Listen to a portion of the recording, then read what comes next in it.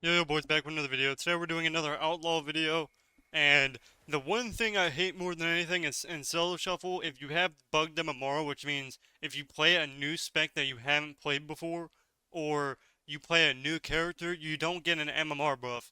So, for example, if I played my sub rogue, or my assassination rogue that got to like 3300 with, if I played him the next season, he would be super high MMR. At 0 CR, he'd be at like 2400 MMR from the very start. Now, most people have that because they're able to play so much and they're able to play on so many tunes to where it's like every character they have has it.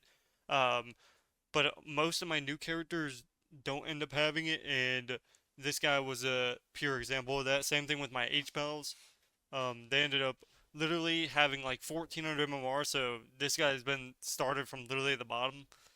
So, you end up waiting 30 minutes for a queue to get a 3-3 just because somebody doesn't want to click cooldowns. Obviously, if you queue it in the mornings or at night, you're going to get people that is sometimes easier to push, but then because you're facing worse players than you normally would. But at the same time, they can end up just throwing and just not using CDs at all. So it's like you just spent 30 minutes trying to get a queue, and you get literally people that are 1400 XP in arena, and they've just been carried to 2K from just getting pure carried, which happens.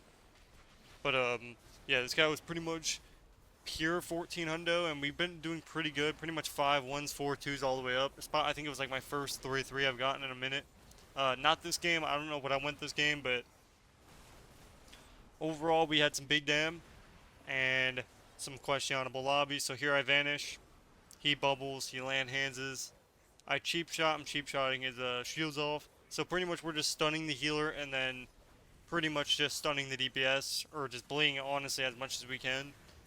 And that's pretty much it. So here we get a cheap shot go. We should have our burst coming up soon. And I did already make a guide on Outlaw Rogue, but I haven't made a solo shuffle guide. So if you guys want to see that, let me know. Otherwise, that'll probably be the next video. But we end up just killing this DK. Just not does not have a fun time. He gets trained by everybody, so he definitely does not have it good. Actually, for a melee cleave, these guys actually did like negative damage. Uh, I mean, it's not like we're doing any crazy damage considering they're playing a warrior and a DK and we're stacked up. So you'd think that they would just be able to cleave us down and do like a minimum of 100k. Obviously, the rogue's doing a bunch of cleave damage as well. My damage is Blade Fury damage, and obviously when they're stacked, all my abilities hit everybody. So if they're stacking, you do a lot of damage. If they're not stacking, you basically are just useless. You're a stun bot. So it's like the opposite of sub. If they're not stacking, like sub, if the people are stacking, it's really bad because you can't get a secret tech off and it just stacks with everything, so it's really bad. But outlaws, like, you want them to stack. So like this is a perfect lobby for me. All the melee, boom. So any caster lobby is really bad for us for outlaw rogues. And unless you're playing with a caster, like if you're playing with a warlock rogue's really good. Boomy rogue, I haven't even faced a Boomy in the last. I've never really faced a Boomy yet. I think people just like forgot that's a spec. I think it's like Mage. All people play now is Warlock and Dev Evoker. That's like pretty much the new casters because it's like Mage dies too quick and it doesn't really have as much pressure. Like Arcane, I mean, just Mage in general is not even that good. It's only good if you're playing with a Rogue, and that's like Outlaw Rogue. And that's like, even then, it's like, why play that comp when you could just play any other comp like that requires zero setups and you could just PV and have fun. Um, I just plan on playing a bunch of fun comps, and I don't know what I'm gonna do. Right now, we're doing Shadow Priest, Affliction Warlock, and we're playing Rusted Druid.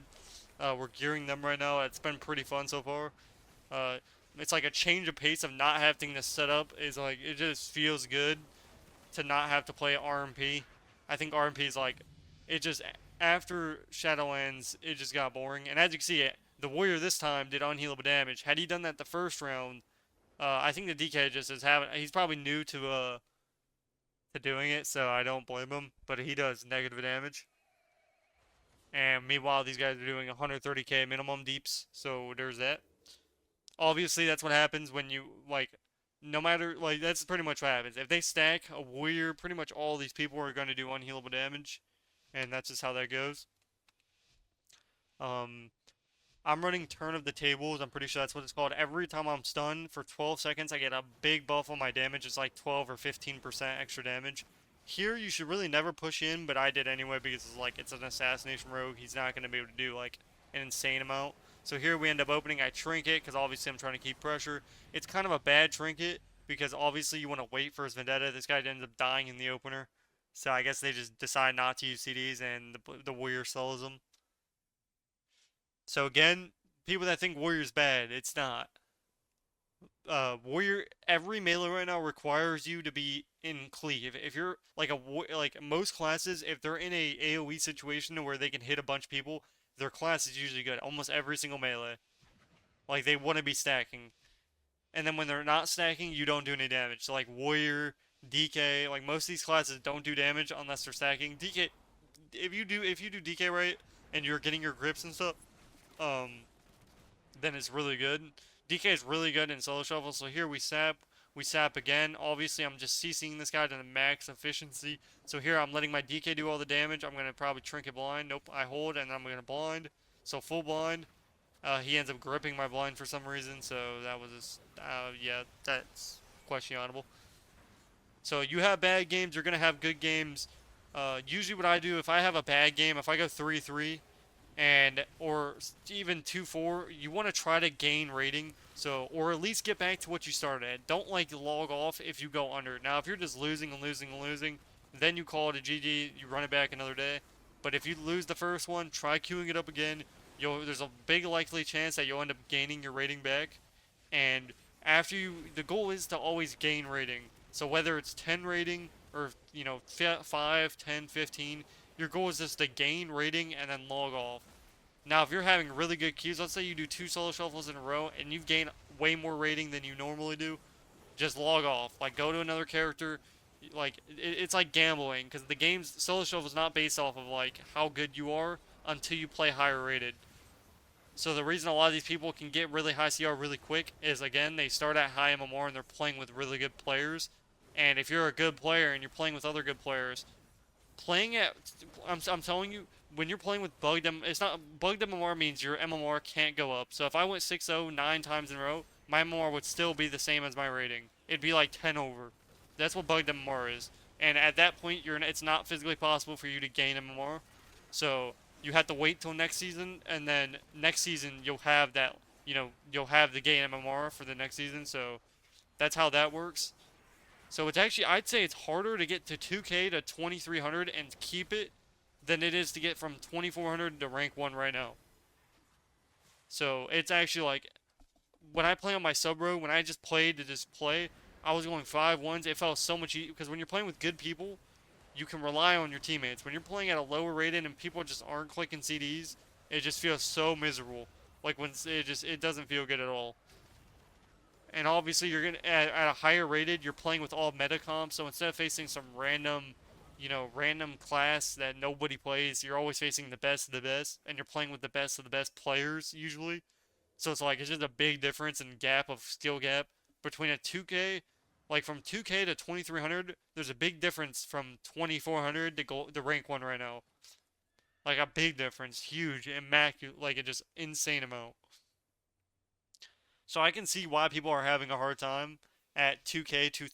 Like usually what happened last season, I got all my characters at 2300, and then I had bugged them more, and I couldn't end up gaining any rating because I ended up going. It wasn't possible because you just don't gain any rating unless you have a high MMR. It's annoying, especially when you're waiting as long as people are waiting.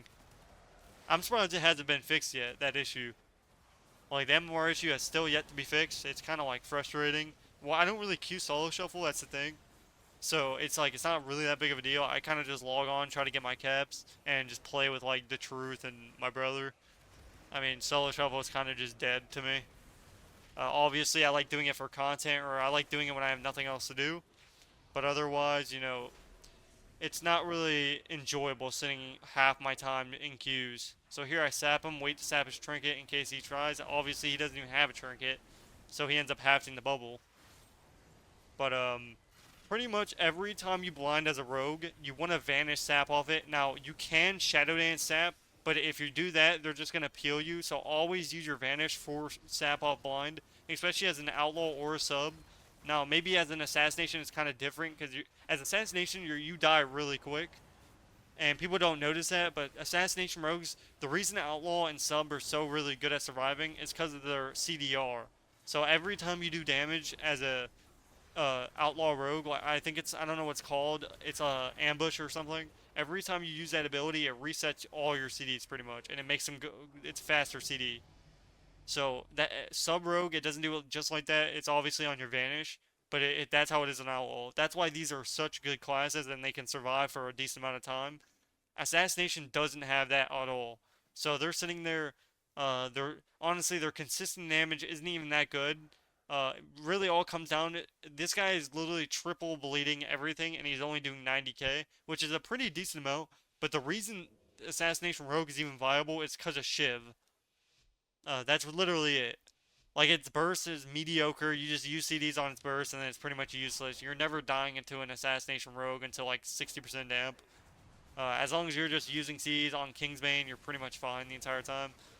It used to be a lot stronger, but I feel like just now it's kind of like Sub Rogue. You just use CDs on blades, and Assassination Rogue doesn't really get a CC like a Sub or an Outlaw, so it's definitely the worst out of all three. But it is the easiest of skill gap. So out of all of them, Sub Rogue's the hardest, Outlaw, and then Assassination. That's how basically it goes for that. Even though defensively, obviously Assassination is going to be the hardest. If you guys want an Outlaw Rogue guide, I did make an Outlaw Rogue guide in general already. But if you guys want a specific Outlaw Rogue guide, like like that, and obviously I still want to make my Rogue Mage guide, like to where I can go over the clips with you guys. I obviously still gotta wait for my mage to get geared and do all that good stuff. So that'll be more in the future. Obviously, the Outlaw Rogue or the guide in Outlaw Rogue can be very soon because obviously all I'm gonna do is get in the solo shuffle lobby, do a good match, do everything that I see fit that's good, and then I'm gonna basically watch it with you guys and tell you guys what you can do better, what I'm thinking at that time, and how are you gonna set up in situations. Let's say somebody clicks trinket, what are you gonna do then? All that good stuff. So hopefully you guys did enjoy these videos. I'm trying to cut down the videos to about 9 to 13 minutes now instead of doing huge 20-minute videos. Uh, I'm trying to like lessen the video down a little bit so it can be a little bit more entertaining. I don't think anyone wants to sit here for that long. Some of the videos it's nice, but it's just like the attention span of people isn't really long enough to do those type of videos.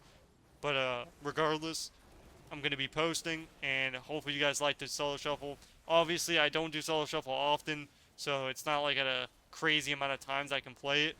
But I do try to play it when I can, so I will try in the future more.